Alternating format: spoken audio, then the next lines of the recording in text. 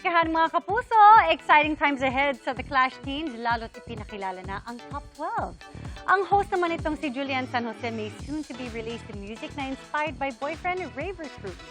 Ang cute na kwento kung paano yan nabuo sa chika ni Nelson Canlas.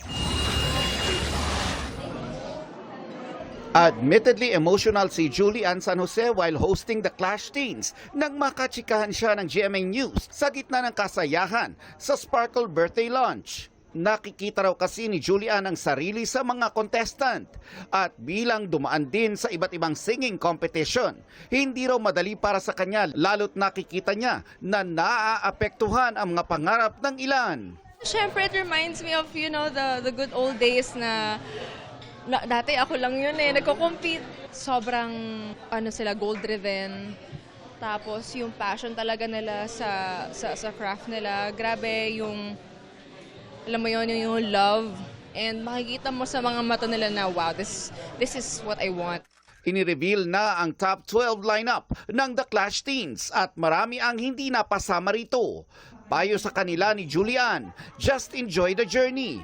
Para naman sa top 12, iba't ibang surprise twist daw ang naghihintay sa mga susunod na episode. Equally talagang magagaling talaga sila lahat. And at the end of the day, and at the end of the competition, isa lang naman kasi talaga ang mananalo, 'di ba?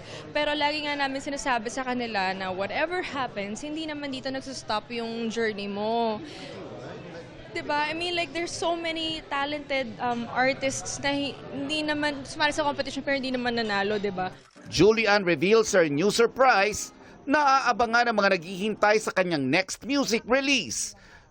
Sobrang random daw ng paggawa niya sa love song na ito at syempre, she has a very special person in mind while writing it.